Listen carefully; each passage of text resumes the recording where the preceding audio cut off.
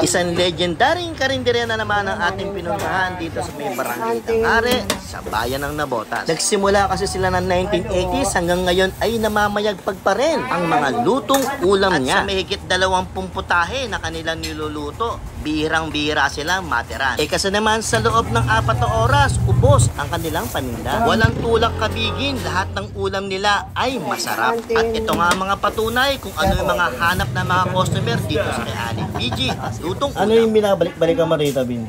Hindi, ano binibili mo? Kare-kare. Kare-kare. Ano po binabalik-balikan dito kay Aling BG? Michado po. Yung michado. Ano ang binabalik-balikan nyo dito sa kainan na Aling BG? Kare-kare po. Ano pinabalik-balikan mo dito sa pagkain na Aling BG? Halos lahat eh. Masarap eh. Oo. Pero ngayon ano binili mo? Shanghai. Yung Shanghai gusto na asawa ko, masarap ang gawa. Ano binibili mo? Mechado pare. Michado. Yung old school na luto ng mechado. Talagang babalik-balikan yun, no? Panalo mechado rito. Kadalasan na binibili mo rito? Kare-kare yun. Kare-kare. Saka mga mechado, sa kailangan nila. No araw pa. Bigyan lang po kayo nag-start. 1980. Ilang taon na pa ako nagtitinda. Ano? 40 mahigit. 42. Pero sa 42. ulam yun. Pero ulam. yung grocery ko.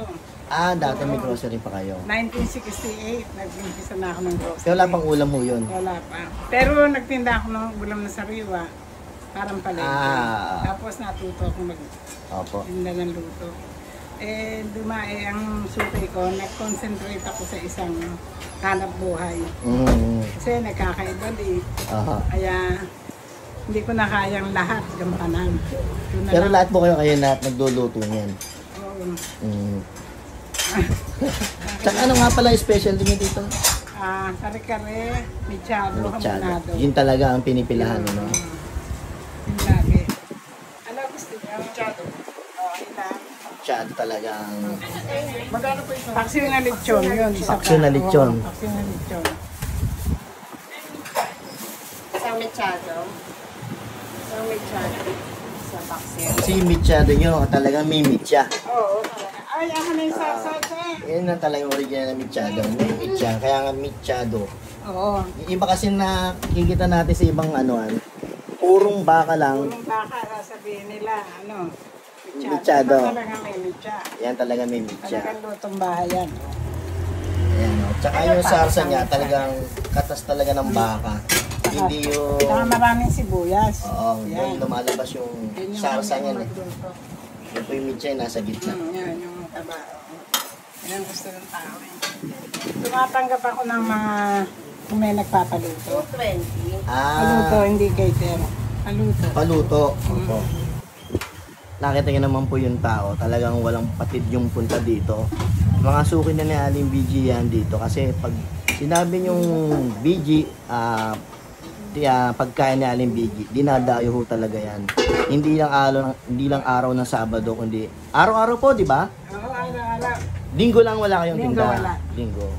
At ito na nga, nandito na nga pala tayo sa may kainan na Aling BG, dito sa may number 5 E. Alonso, Barangay Danghare, Nabotas. Unahin natin tikman yung kare-kare nila. Bali haluto, merong goto, may nguso at laman ng baka. Nagkakahalaga po ng 120 pesos to. Tikman natin.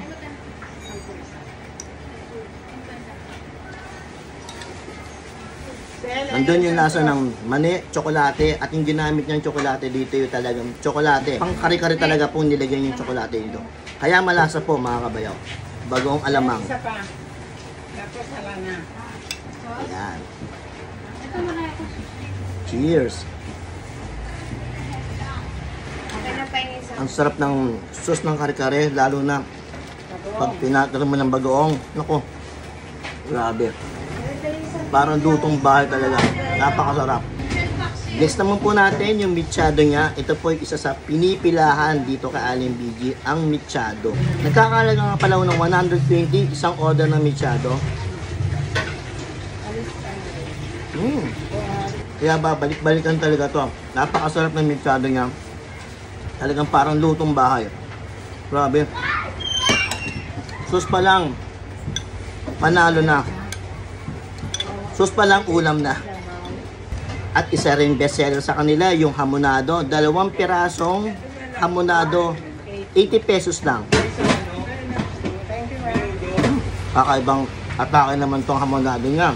Lasang-lasa mo yung pineapple, yung tamis, at may konting alak. Panalo. Next po natin yung minudo niya, nagkakahalaga ng 100 pesos.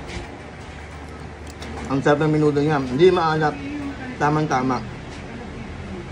Lahat ng inahin sa kanila, magkakaibang lasa. Kagagasa kasi ng mga karinderya, oo, marami sila pero pare-parehas ng lasa. Yung dinuguan nila, ang balita ko dito, ang ginamit nila dito ay ulo ng baboy. 130. Wow, men, sarap. Yung asim, alat, sa pa, ulo nga ng baboy yung ginamit, walang anggo.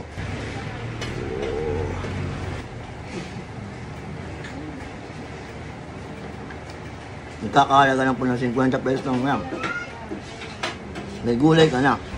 At ito na po yung pinakahuling titikman natin, yung pork Shanghai niya. Nagkakahalaga po ng 50 pesos, 5 piraso. Ano? Kare-kare. Aham.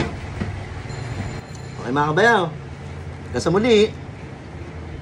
Paalam.